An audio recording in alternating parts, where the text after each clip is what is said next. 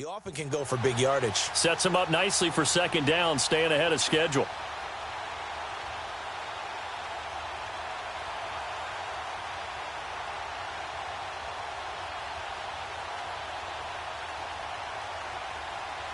That last catch short of the marker by just a yard leaves him with a very manageable 2nd and 1. Now let's go.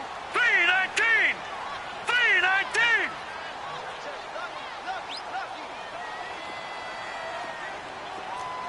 All right, now, lucky 56. Lucky 56. From the gun, Fields.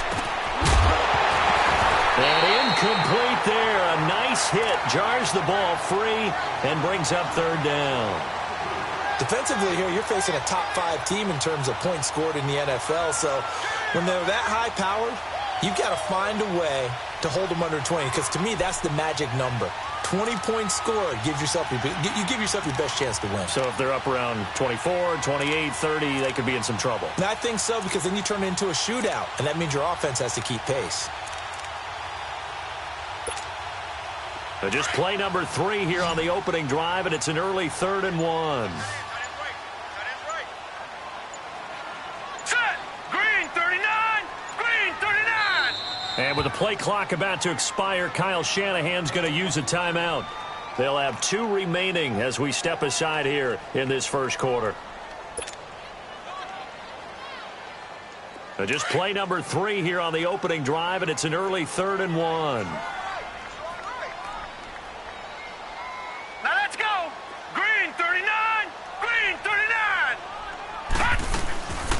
They'll run it now out of the gun. And he will lose yardage here to the 31-yard line. He lost 2, and it brings up 4th.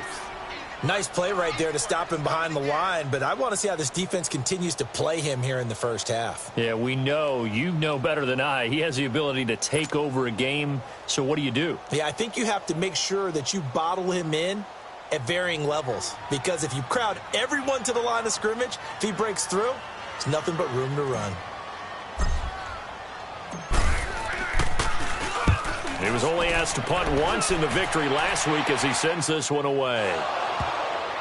But fortunately, he's able to recover his own fumble, or that could have been trouble.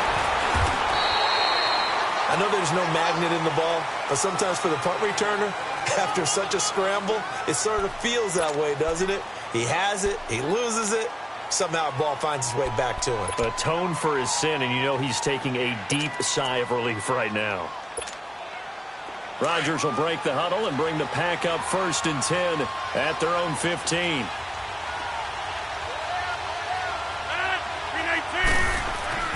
Now Rodgers. And it's a short one here, complete to his tight end. And he'll be about a full yard shy of the 20 at the 19-yard line.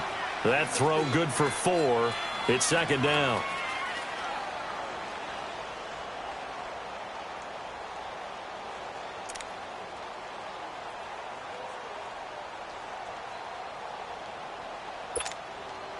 Four yards on that last completion, so that sets up 2nd and 6.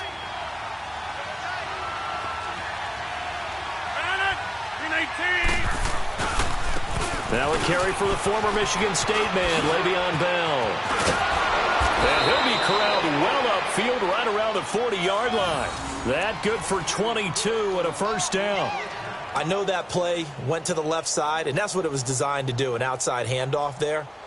But how about the whole offensive line being involved? Seal the left side where the play was going, what they call play side. But how about on the back side? Just taking care of business to make sure no one can get there and disrupt it. Is the biggest key the left tackle? Without a doubt. Control that edge. Get out there. You want that left tackle, if you bring your tight end over there. Either way, control the edge of the line of scrimmage. You got a chance to rumble. 3 yards on the pickup there, and it'll be 2nd down.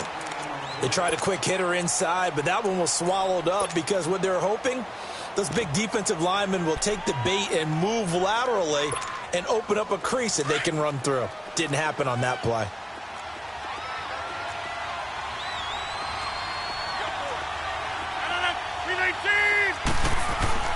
Rodgers to throw on 2nd down.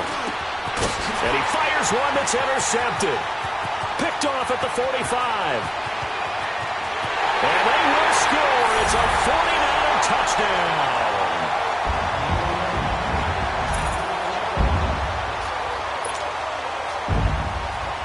Extra point attempt to follow here.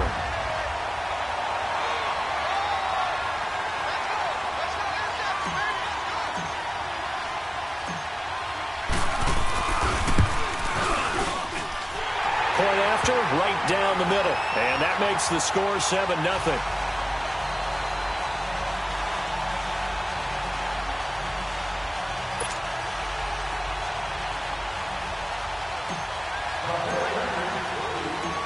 So they'll get another shot on offense following that pick six. And now the kick is away. That's fielded in the end zone.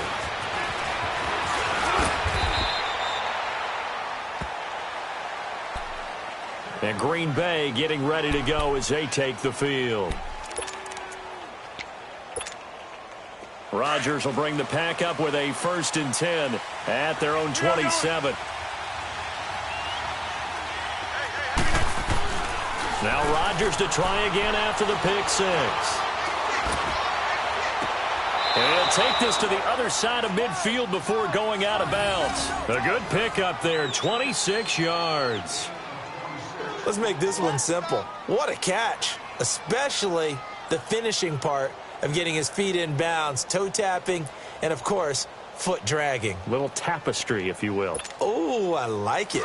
So from inside Niner territory now, this is 1st and 10 at the 47. A give to Bell.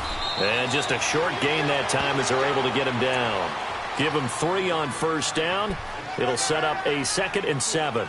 One thing to keep in mind, partner, especially in the second half, when you've got a running back of this size, of these dimensions, I can just tell you, attrition does set in for a defense because you're excited about hitting him in the first half. Maybe not so much in the second half, and some of these shorter gains turn into bigger runs later. And he'll go down shy of the 40 at the 41. Only 3 yards on the catch. It's 3rd down. One thing you're hoping for when you run drag routes, you're able to hit a receiver in stride, and he can pick up a lot of yardage after the catch. But in this situation, the defense was effective, able to stop him before he could get a good head of steam going. And on 3rd down, a nickel formation here defensively.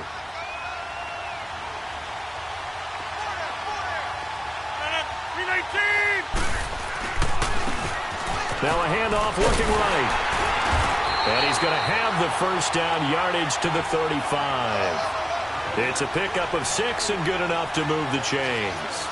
Well, partner, what do you think? Might have been 4-down territory if they didn't pick it up, but... Yeah, it's a moot point now. I was curious, though, if they didn't get it there, would they have gone for it? I guess we'll never know. Yeah, we didn't have to make that call, but I have a feeling both of us would have said, go for it. Ball up to the 35 now as they come up on 1st and 10.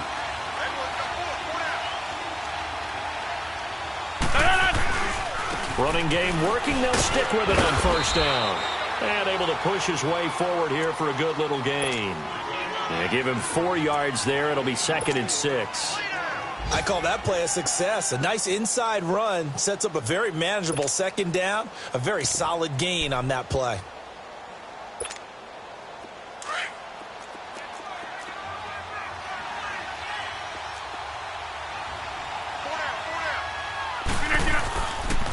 Play action. It's Rodgers. On the right side, open is Gesicki. And down inside the 15 he goes. They give him 17 yards that time as that'll move the chains. This drive, it's been a good mix. 3 passing plays, 3 runs, hitting on all 3 of those passes, and the last one putting him in the red zone. So wouldn't you think play action right here? Because you've got the ability and had the ability to run it and throw it. Go play action and take your shot at the end zone. And Rodgers is going to go down. He's sacked. And it's never good to take a sack. You really don't want to take one down here in this part of the field down near the red zone. Not at all, because you're already pretty much assured of a field goal. But you take a big sack, it could push you out of range, and that's why defenses get a little more aggressive in this situation. They're almost conceding the 3 points. They want to push you back and try and take you out of that.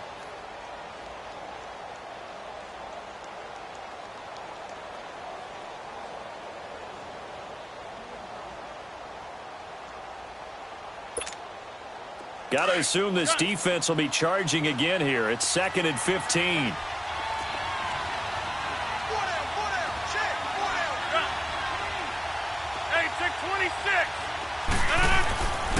Rodgers now to throw. Going to throw right side here, complete. And he's brought down just outside of the 10 at the 11. The reception good for 7.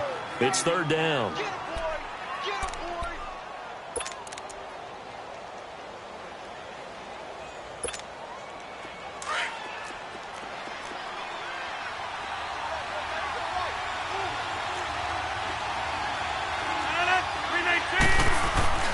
Throwing is Rodgers on 3rd down. This will be caught at about the 6. And he's going to be brought down just shy of the 5 at the 6. Just a 5-yard pickup, and it leads to 4th down.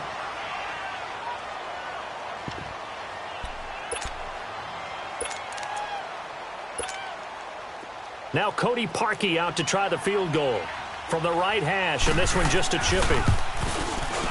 And Parkey's kick is good. And they are on the board, but still trailing. It's 7-3. That drive took him inside the 10. Good job defensively to hold him to 3. Yeah, I like how you did that. Give a little tip of the cap to the stop troops there because they didn't give up a touchdown in that situation, right? Made them kick the field goal. And, yeah, points went against them, but that feels a whole lot better running off the field. And the decision to bring it out, a good one, as he's up a yard or two shy of the 30. The 49ers offense making its way back out there. They've got the lead. Last time had to punt it, though. What's the key to this drive? I think it's leverage. Leverage. Big guys up front. You know the motivational speech on the sideline is, guys, give us an opportunity. Protect the passer, create space for our runners, and let's go ahead and get these guys. Low man wins. Let's go do it on this drive. We'll watch that leverage on this drive. And they'll go ground game here with a tailback. Found a little room there as he's up to about the 37. Give him 9 on the carry that time, and they're set up with a 2nd and 1. Despite the blitz, they're still able to pick up a nice, solid gain. The disadvantage of blitzing often alters the normal spacing and run fits and leaves creases like they were able to exploit right there. Set! Blue 90! Blue 90!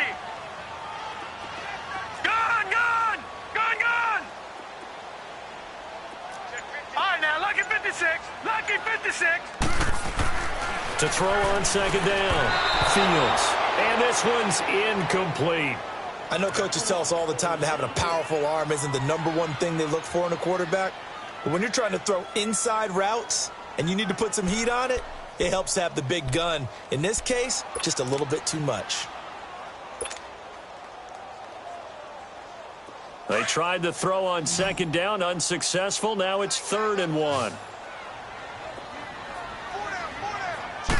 It's a quarterback sneak. And they will touch him down, but not before he gets the first. He'll wind up getting 2 there as he does it himself and picks up the first.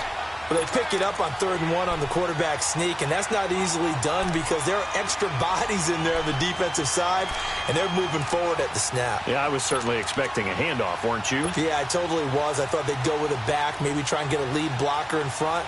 But as you talk about in different games, those guys with confidence in their offensive line, they just want to move forward and get it. Clock running, under 4 to play now as they come up on 1st and 10. Now let's go. Green 39. Green 39. Don't let 89 go deep. Whatever you do, don't let 89 go deep. Gone. Gone. Gone. Gone. They'll run it now out of the gun. And he'll lose yardage on the play back at the 37-yard line. It's a loss of 2 there, bringing up 2nd down. Detroit. Yes, indeed. Detroit. That play there, that reminds me of some of the guys that I played with that have that suddenness, able to get into the backfield almost about the time the ball snapped and make a play. How about that tackle for a loss? Absolutely. He did a lot of that last week when he was named the NFC Defensive Player of the Week. One of the guys on the team was saying, hey, yeah, we called him the disruptor. And that's carrying forward again. Makes sense, doesn't it? Buying time to his left. And he's going to be out of bounds, but not before he takes it inside the 40. A really nice gain of 25 yards. That's what we're used to seeing from him right there. Plays like that, why he's number 4 in the league in terms of receiving yardage. Able to make adjustments all along the way. Doesn't matter where he lines up, where he releases from. Working his way into the secondary, figures out defenses and finds weak spots in order to get open. So here's a 1st and 10 at the 38. All right, now, lucky 56. Lucky 56. On 1st down, Fields.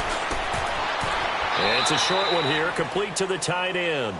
Give him a couple on the catch. It's 2nd and 8. And, partner, I think that was a great example that not all tight ends are created equal. Because everything was right. Got the completion, but he's not one of the more dynamic guys in the league.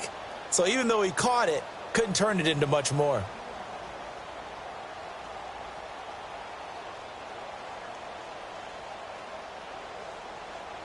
So 2nd and 8 here after the pass play for 2 yards on 1st down. Now let's go. Green. Operating from the gun. Fields. Wide open receiver complete. And he'll go down at the 28. What a methodical drive this is turning out to be. That time 9 yards, and the sticks move again.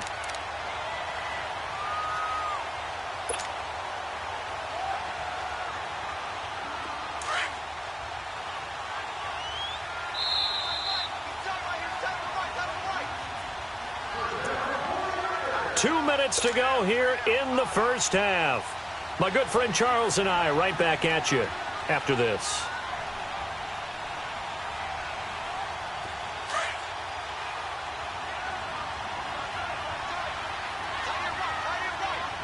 Set. 319.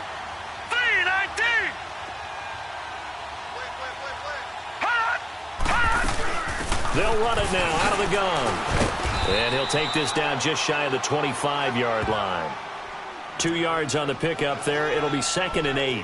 Earlier this half, you were wondering how the defense was going to handle him defensively. Were they going to bottle him up at different levels, so to speak, is what you said. What have you seen so far? Well, I think they've been absolutely terrific because it feels like on every play, if we were watching this in the film room, when you clicked off the film or stopped it, you would see 11 shirts of that same color right there in the frame trying to tackle him. That's what you're looking for. All right, now, lucky 56. Lucky 56. Hurry up, here we go. Blue 90. Blue 90. Gone, gone. Gone, gone. Off the play fake. Fields.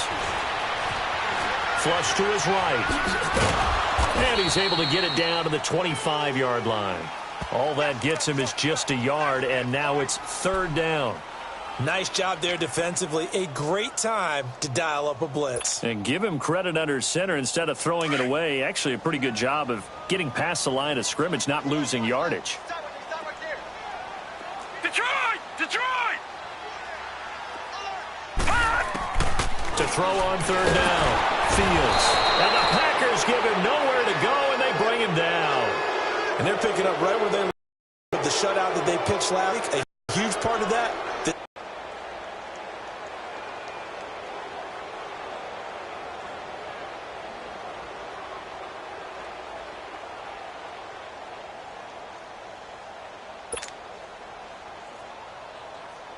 The 49ers are going to turn over to the special teams crew. The field goal unit is out there now. This is a 49-yard attempt. Right hash.